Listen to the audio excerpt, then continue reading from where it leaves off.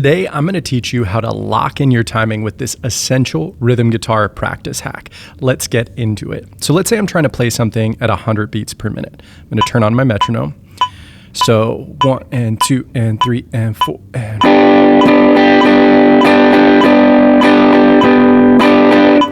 But let's say my eighth notes aren't coming out super even. Instead of being, I'm kind of playing... Right? I see a lot of beginners do this where we don't feel super locked in. What we can do is we can actually double the metronome speed from 100 to 200, and then we're going to be playing on each of the eighth notes. 1 and 2 and 3 and 4 and...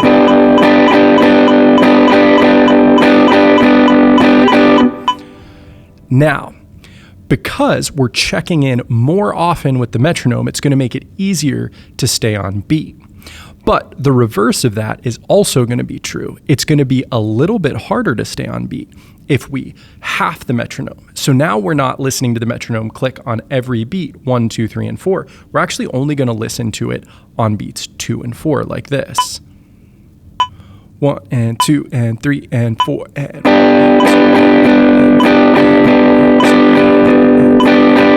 Now, because we're checking in less often, it actually makes us rely on our own perception of timing even more. So if you're struggling at 100, doubling the metronome can help you play more cleanly because you're checking in with the metronome more regularly. And if you're feeling comfortable at 100, you can half that back to 50 to see if you're really comfortable. Now the big question is, why am I doing it on beats 2 and 4 instead of beats 1 and 3? Now the reason is beats 1 and 3 are naturally perceived as stronger beats. We're going to have a preference for feeling beat 1 strongly, because that's where we're expecting chords to change and melodies to start and all the things that happen in music. We're preferenced for paying attention to beat 1.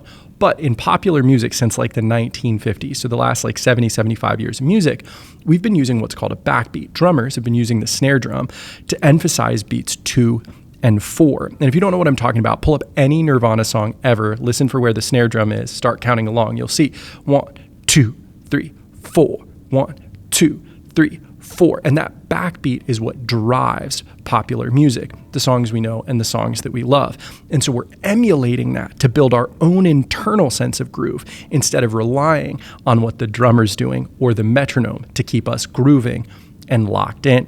And the best part is this works at any tempo. If you're working on something at 80, you can speed it up to 160 or slow it down to 40. Or if you're trying to learn something at 160, you can speed it up or you can slow it down by either doubling it or having it. And this is going to work with any metronome that you have, even if it doesn't have the fancy subdivisions and all that stuff that some of the modern metronomes do, or phone apps and things like that. So if this has been helpful for you, please join us over at school.com/guitar in my free course and community. It's schoolwithak.com/guitar. I've got a whole course there breaking down how to learn a song by teaching you a song, giving you the skills necessary to have a foundation as a guitar player. It's the best place to hang out and learn guitar on the internet. It was great playing with you today, and I hope to see you soon.